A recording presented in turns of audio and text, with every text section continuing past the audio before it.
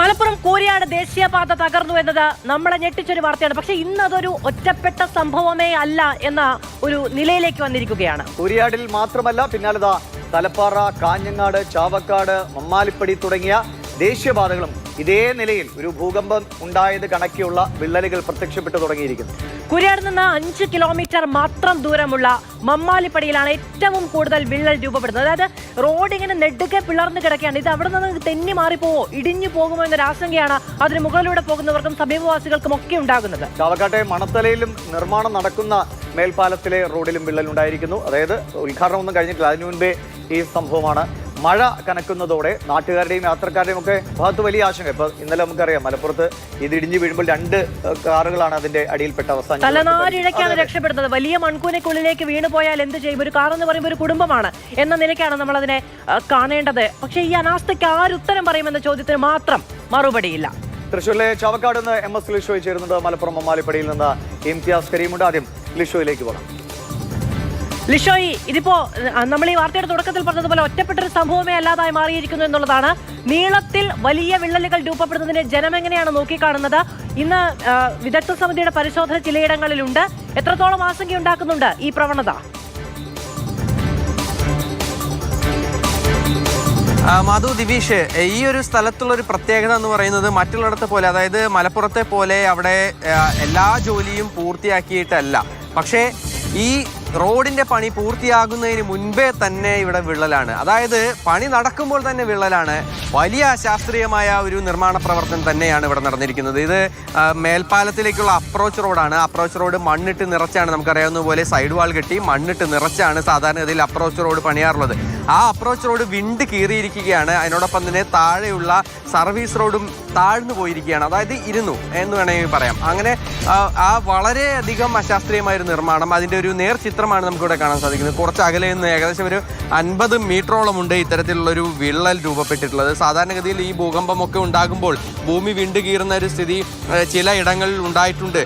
അത്തരത്തിലുള്ളൊരു സ്ഥിതിയാണ് ഇവിടെ കാണാൻ സാധിക്കുന്നത്. അതായത് നമുക്ക് കാണാൻ സാധിക്കുന്നത് കൃത്യമായി ഇത്രത്തോളം ഒരു വിള്ളൽ ഈ ഇതിനകത്തേക്ക് നേരെ നല്ല ആഴത്തിലുള്ളൊരു വിള്ളലായിരുന്നു. അതിപ്പോൾ ദേശീയപാത അധികൃതരുടെ ഈ ഒരു കരാർ കമ്പനി ഇപ്പോൾ അല്പസമയം മുമ്പൊക്കെ ഇവിടെ കുറേയധികം പൊടിയിട്ടാണ് അത് ഇപ്പോൾ ഒരു ചെറിയൊരു വിള്ളൽ കാണുന്നത് പോലേക്ക് ഇവിടേക്ക് ഇങ്ങനെ ആക്കിയിട്ടുള്ളത്. ഇവിടുത്തെ ആളുകളൊക്കെ തന്നെ പരിഹാരമാണോ അതിനുള്ളിലേക്ക് പാറപ്പൊടി ഇടുക എന്ന് പറയുന്നത്? അങ്ങനെയാണോ അത് പരിഹരിക്കാൻ ശ്രമിക്കുന്നത്? പണ്ട് ലിഷോ ഒരു വാർത്ത ചെയ്ത് എനിക്ക് ഓർമ്മയുണ്ട്. ഈ പ്ലാസ്റ്റിക് കവറിനുള്ള ടാറ് കൊണ്ടുവന്ന് അത് റോഡിലെ അപാകത നികത്താൻ ശ്രമിക്കുന്നത്. അതുപോലെ പൊടിയിട്ടടയ്ക്കാൻ കഴിയുന്ന പ്രശ്നമാണോ? അതെ, ഒരു കാരണവശാലും അങ്ങനെയല്ല. അതായത് പൊടിയിട്ടടയ്ക്കാൻ കഴിയുന്നൊരിതല്ല. പക്ഷേ ഇത് നമുക്ക് മനസ്സിലാക്കാൻ സാധിക്കും. അതായത് എത്രത്തോളം വളരെ അശാസ്ത്രീയമായാണ് ഇവിടെ നിർമ്മാണ പ്രവർത്തികൾ നടക്കുന്നത്, അറ്റകുറ്റപ്പണി നടക്കുന്നത് എന്നുൾപ്പെടെയുള്ള അതിൻ്റെ ഏറ്റവും വലിയ ഉദാഹരണമാണ്. അല്പസമയം മുമ്പ് ഇവിടെ കുറച്ച് തൊഴിലാളികൾ ഇവിടെ വന്നു, ഇവിടെ കുറേ അധികം പൊടിയിട്ടു, അതിനുശേഷം അവർ പോയി. ഇപ്പോൾ അതിൻ്റെ ദേശീയപാത അധികൃതരും ഉദ്യോഗസ്ഥരും ഒക്കെ തന്നെ ഇവിടെ എത്തി. അവരും ഇതിന് ഒരു പരിശോധന എന്നുള്ള രീതിക്കൊന്നുമല്ല, വെറുതെ ഇതൊക്കെ കണ്ടു പോയി എന്നുള്ളതാണ്. അവർ പറയുന്ന ഒരു പ്രധാനപ്പെട്ട കാര്യം എന്ന് പറയുന്നത് ഇതൊന്നും അത്ര വലിയ പ്രശ്നമുള്ള കാര്യമല്ല എന്നുള്ളതാണ്. കാരണം ഇതൊക്കെ പരിഹരിക്കാൻ കഴിയുന്നതാണെന്നാണ്. പക്ഷേ ആളുകളെ സംബന്ധിച്ചിടത്തോളം ഇത് വലിയൊരു പ്രശ്നം തന്നെയാണ്. കാരണം നമ്മളാണ് ഇതിന് മുകളിലൂടെ വാഹനത്തിൽ പോകേണ്ടത്. തൊട്ടടുത്ത് സർവീസ് റോഡുണ്ട്, അത് ഇടിഞ്ഞു വീഴുകയാണെങ്കിൽ അടുത്ത് ജനവാസ മേഖലയുണ്ട്. അതിലൂടെയാണ് ഈ സർവീസ് റോഡിലൂടെയും ഒരുപാട് വാഹനങ്ങൾ പോകുന്നു. ആളുകളുടെ ആശങ്കയ്ക്ക് ഒട്ടും ഒരു പരിഹാരമല്ല. പരിഹാരം ഉണ്ടായിട്ടില്ല. കാരണം തികച്ചും ശാസ്ത്രീയമായ വേണ്ടത്ര പഠനം നടത്താതെ അശാസ്ത്രീയമായ രീതിയിലുള്ള നിർമ്മാണ പ്രവർത്തനങ്ങളാണ് ഇവിടെ നടത്തിയിട്ടുള്ളത്. ഇതിപ്പോ ഭാരവാഹനങ്ങളൊന്നും പോകുന്നില്ല.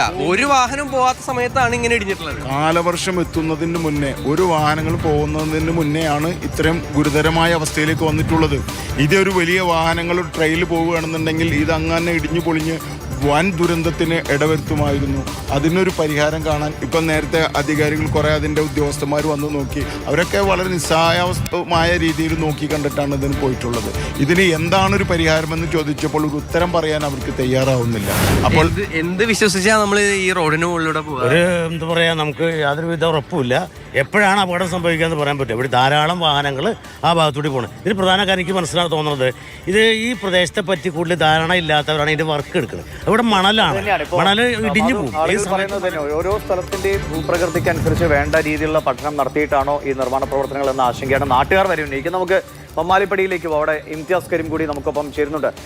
ഇംതിയാസ്, ഞാൻ തൃശ്ശൂരിലേക്ക് വരാം. ഇംതിയാസ്, വളരെ പ്രധാനപ്പെട്ട ഇംതിയാസ്, ഇപ്പം ഇന്നലെ നമ്മൾ കണ്ടതാണ് അവിടെ കൂരിയാട് എങ്ങനെയാണ് ഇടിഞ്ഞ് തകർന്ന് വീണ് കിടക്കുന്നതെന്ന്. അവിടെ ചതുപ്പ് സ്ഥലമാണ്, അവിടെ ആ നിർമ്മാണ രീതി പറ്റില്ല എന്ന് പലപ്പോഴും ആളുകൾ പറഞ്ഞതായിട്ടൊക്കെ ഇന്നലെ ജനപ്രതിനിധികൾ അടക്കം പറഞ്ഞതാണ്.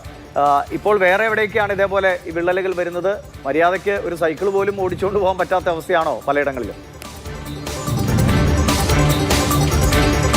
ദിവിഷ്മണി, മാധു, സജി, തീർച്ചയായിട്ടും. അതായത് നേരത്തെ നമ്മൾ കൂരിയാട് റോഡ് തകർന്നതിൻ്റെ അവിടെ നിന്നും 5 കിലോമീറ്റർ മാറിയിട്ടാണ് ഈ മമ്മാലിപ്പടി എന്ന ഭാഗമുള്ളത്. അവിടെ ഇപ്പോൾ റോഡിൽ ഇതേപോലെ ഒരു വിള്ളൽ കൂടെ കണ്ടെത്തിയിരിക്കുകയാണ്. നമുക്ക് ദൃശ്യങ്ങളിൽ അത് വ്യക്തമായി കാണുകയും ചെയ്യാം. ഈ കൈവരി തൊട്ട് ഈ കൈവരിയുടെ മുകൾ ഭാഗത്ത് നിന്ന് വിള്ളൽ തുടങ്ങി ഇങ്ങനെ റോഡിൻ്റെ നടുകെ ഇങ്ങനെ വിള്ളലുണ്ടായി.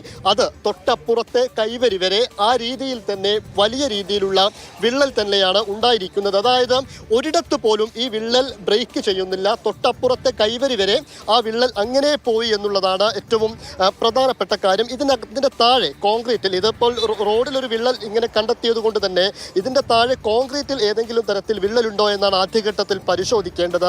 അങ്ങനെ കോൺക്രീറ്റിലും വിള്ളലുണ്ടെങ്കിൽ തീർച്ചയായിട്ടും ഇതിന്റെ താഴെ പാലമാണ്. ആ പാലത്തിന്, അതായത് പാലത്തിൽ കൃത്യമായിട്ടുള്ള ബലക്ഷയം ഉണ്ടായിട്ടുണ്ട് എന്ന് നമുക്ക് തീർച്ചയായിട്ടും പറയാൻ വേണ്ടി സാധിക്കും. കാരണം ആ രീതിയിലാണ് ഈ വിള്ളൽ ഇപ്പോൾ കണ്ടെത്തിയിരിക്കുന്നത്. മാത്രമല്ല ഇന്നലെ തലപ്പാറയിലും സമാന രീതിയിൽ നമ്മൾ വിള്ളൽ കണ്ടെത്തുകയും ചെയ്തിരുന്നു.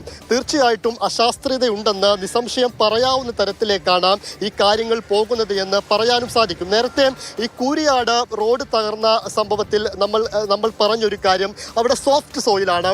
അതിൻ്റെ വിദഗ്ധർ തന്നെ പറഞ്ഞിരുന്ന ഒരു കാര്യം എന്ന് പറയുന്നത്, അങ്ങനെ ആദ്യഘട്ടത്തിൽ മഴ ആദ്യഘട്ടത്തിൽ തന്നെ പെയ്യുന്ന സമയത്ത് ആ സോഫ്റ്റ് സോയിൽ അവിടെ നിന്ന് മാറുകയും വയൽ നികത്തിക്കൊണ്ട് ഇങ്ങനെ ദേശീയപാത കെട്ടിപ്പൊക്കുമ്പോൾ ആ മണ്ണ് മാറി അവിടെ താഴ്ന്നു പോയി, സർവീസ് റോഡടക്കം താഴ്ന്നു പോയി എന്നാണ് പറയുന്നത്. പക്ഷേ ഇങ്ങോട്ടേക്ക് വരുമ്പോൾ ഒരു പക്ഷേ ഇതിൻ്റെ പാലത്തിന് തന്നെ ബലക്ഷയം സംഭവിച്ചിട്ടുണ്ടോ എന്ന സംശയമാണ് ഇപ്പോൾ ഉയരുന്നത്. കാരണം ഇതിൻ്റെ താഴെ കോൺക്രീറ്റ് ഉള്ളത് കൊണ്ട് തന്നെ ആ കോൺക്രീറ്റിനും ഇതേപോലെ വിള്ളലുണ്ടെങ്കിൽ തീർച്ചയായിട്ടും പാലത്തിന് ബലക്ഷയമുണ്ട് എന്ന രീതിയിലേക്ക് കാര്യങ്ങൾ പോകുമെന്നതാണ്. തലപ്പാറയിലും സമാന സാഹചര്യമാണ് ഉള്ളത്. കൂടിയാണ് ആ ഒരു സാഹചര്യം നമുക്ക് വിശദീകരിച്ചിരുന്നത്.